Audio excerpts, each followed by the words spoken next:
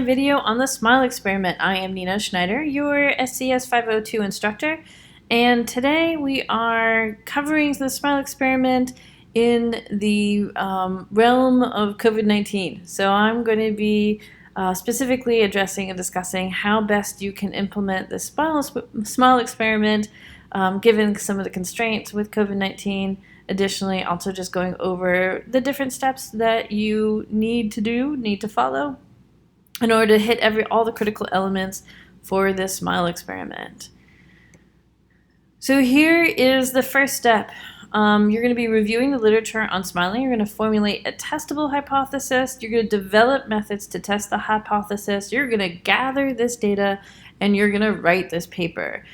So in this paper, you're going to have all the different components that are common in an APA paper: title page, abstract, which is new, introduction, methods, results, conclusions, and reference. I also encourage you to break up the method sections into different participants and methodology and measures. And that way, you will make sure that to hit all the different pieces that are listed in the critical elements. Always make sure that your paper is in Times New Roman, double spaced, 12-point font. Introduction and method section is going to be roughly about 3 to 5 pages. Past tense is what I encourage you to use for your verb structure, and each paper, each format, each section is going to be in APA format. So for the introduction, the first thing is the title page and abstract, then the peer-reviewed article and the hypothesis. For the title page, the running head is no longer needed for the title page. It is going to be present on the second and additional pages. The page number is going to be on the right-hand corner. The title is still going to be 3 inches from the top. The content of your title is less important.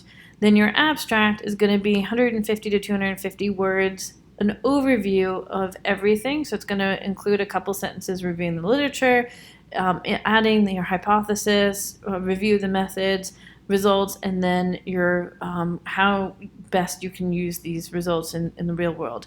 I encourage you to write your abstract last. It's going to be an overview of your whole entire paper. Don't use it as an organizational point in the very beginning. Just come back and write it at the very end.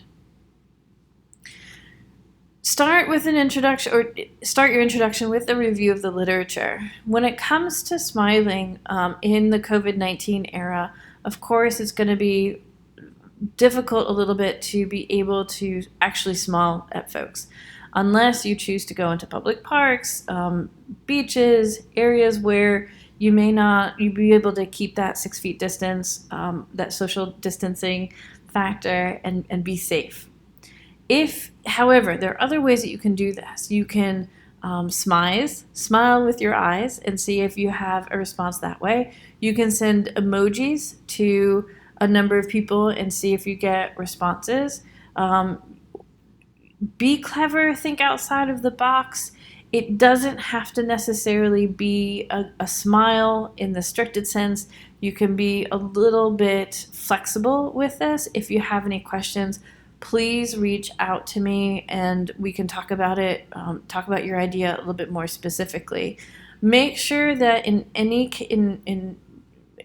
of the steps that you have any interaction. You can say hello, but please don't afterwards go to the participants and ask them and reach out to them, oh, how did you feel? Remember that this is only a natural study, a naturalistic study. That means that you should not have any interaction with any participants.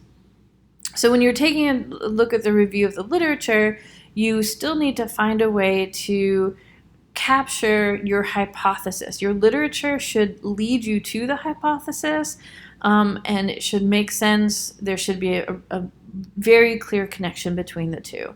And then you're going to end your introduction with your hypothesis.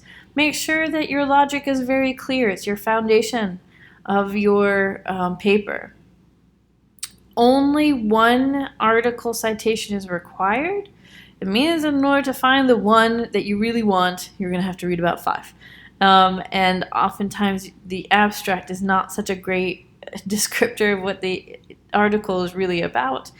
Make sure that your hypothesis is using the if-then statement. Remember, the introduction alone is roughly about 30% of your total points for this paper. Next comes the method section. Definitely want to separate your introduction from your methods. Your methods are going to be provide information step by step on how you gathered this information and the data. Again, it's 30% of your paper, so take some time with it. First, list out who the participants are. Of course, again, this is what you're going to write after you've actually gathered the data. And I don't want you to go and ask the participants about their ages and who they are, but rather do an estimate. SES is a little bit, socioeconomic status is a little bit hard to estimate, but you can estimate ethnicity, age, things like that, and where are you finding these individuals? How did you choose them?